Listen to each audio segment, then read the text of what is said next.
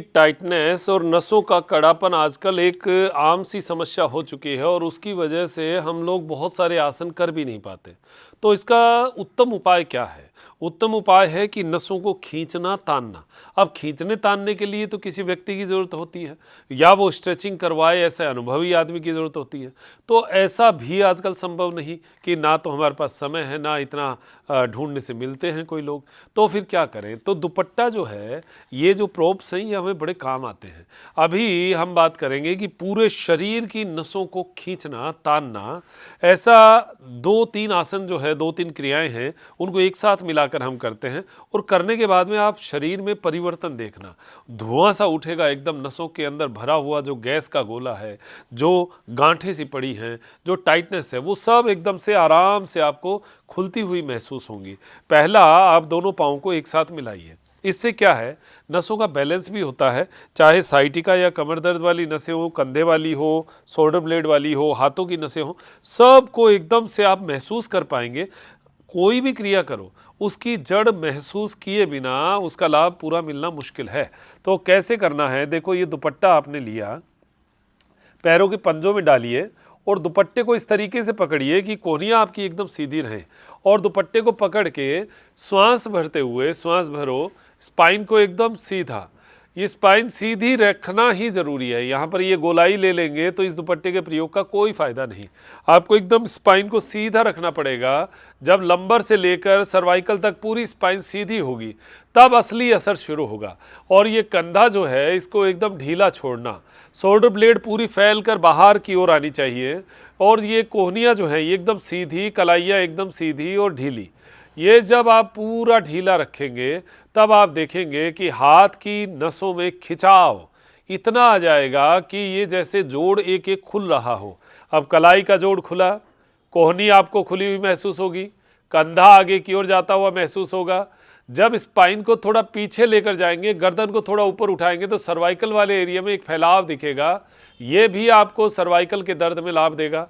Shoulder blade दोनों तरफ फैलती हुई, बाहर की ओर फैलती हुई महसूस होगी, तो उससे आपको शोल्डर ब्लेड के नीचे जो नसों का गुच्छा है, उसमें जो पेन होता है, उसमें भी लाभ मिलेगा। स्पाइन एकदम सीधी है, स्पाइन में कहीं दबाव है नहीं। और लंबर एरिया में जो दर्द रहता है, उसमें आपने जब स्पाइन को एकदम सीधा किया तो आपको खिंचाव मिलेगा।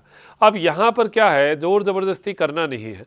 बहुत सिंपल तरीके से आप कितना खींच सकते हैं, ये ही नसों को ठीक करने का सबसे बड़ा उत्तम उपाय है। अब इसमें आपने खींचा तो कूल्हे की जो नसें हैं, उसमें भी खिंचाव मिला।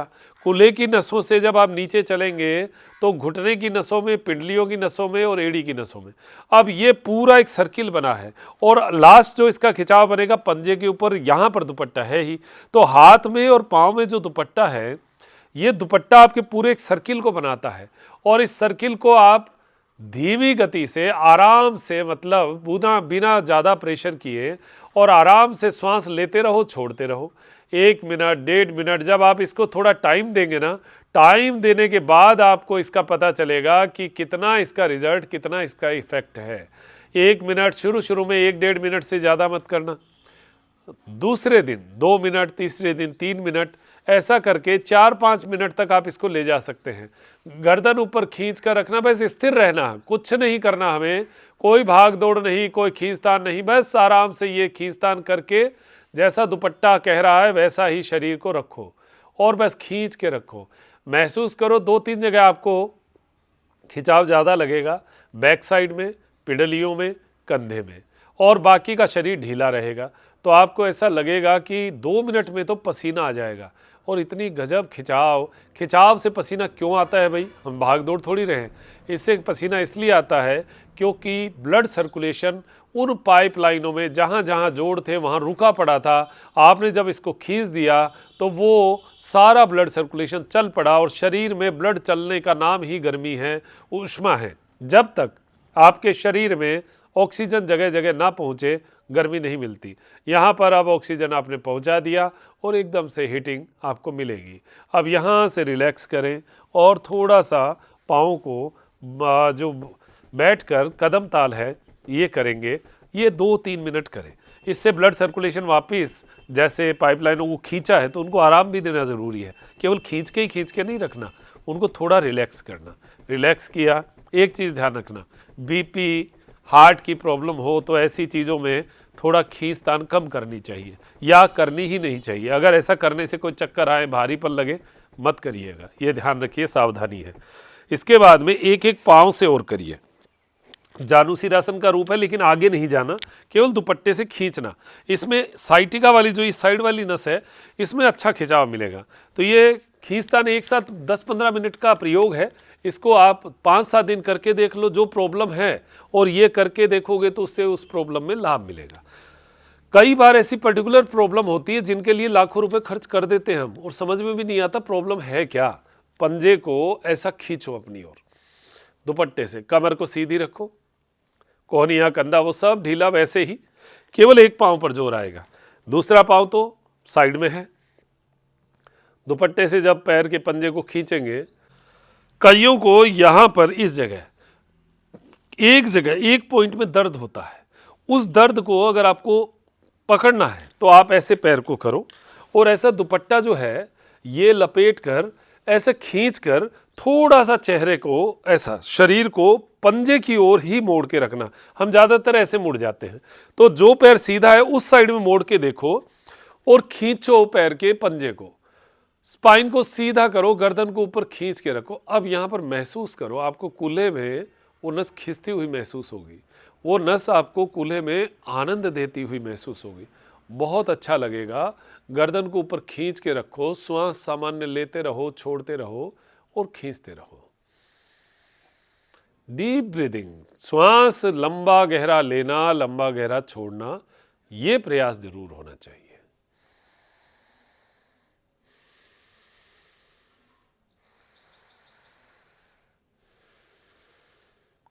रिलैक्स करेंगे और फिर लेफ्ट लेग को आगे खोलेंगे, राइट लेग को मोड़कर रख लीजिए और पैर के पंजे को वापस दुपट्टा डालिए और अपनी ओर खींचिए।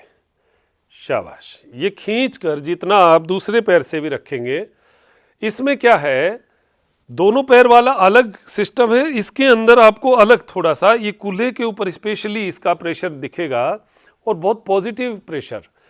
स्ट्रेचिंग हमेशा ही बढ़िया रहती है। आप किसी थेरेपी में भी जाते हैं तो स्ट्रेच ही करवाते हैं, तो स्ट्रेच वो आप घर पे ही कर लो, और घर पे जब स्ट्रेच करोगे तो आपको इसका इतना अच्छा फ़ायदा, गांठें एकदम से पैर के पिंडलियों में से निकलती हुई महसूस होंगी, आपको एकदम हल्कापन का भाव लगेगा।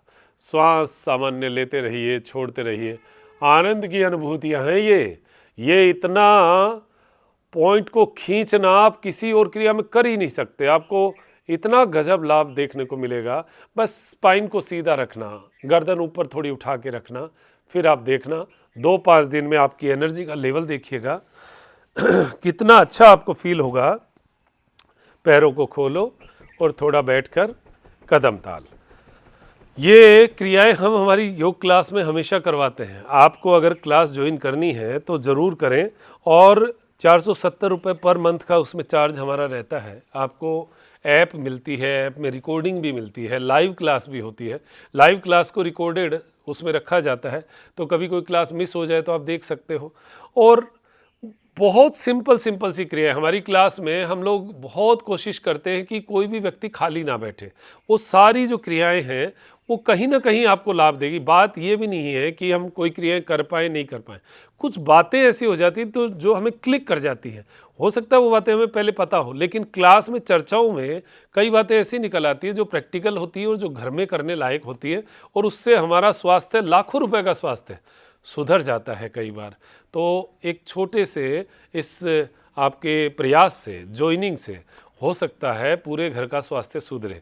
मेरी क्लास का ये उद्देश्य भी रहता है कि पति पत्नी बच्चे सब साथ मिलकर मोबाइल के आगे बैठे और सब मिलकर क्लास को करें, योग करें और आनंद में रहें। तो आपका स्वास्थ्य ठीक रहे, ऐसी अपेक्षा है। व्हाट्सएप नंबर जो है वो आपको दिया हुआ है, उसी व्हाट्सएप नंबर पर आप योग क्लास के लिंक मंगवा सकते हैं, ज्वाइन कर सकते हैं और हमारे साथ नियमित योग क्लास योग कर सकते हैं। नमस्कार।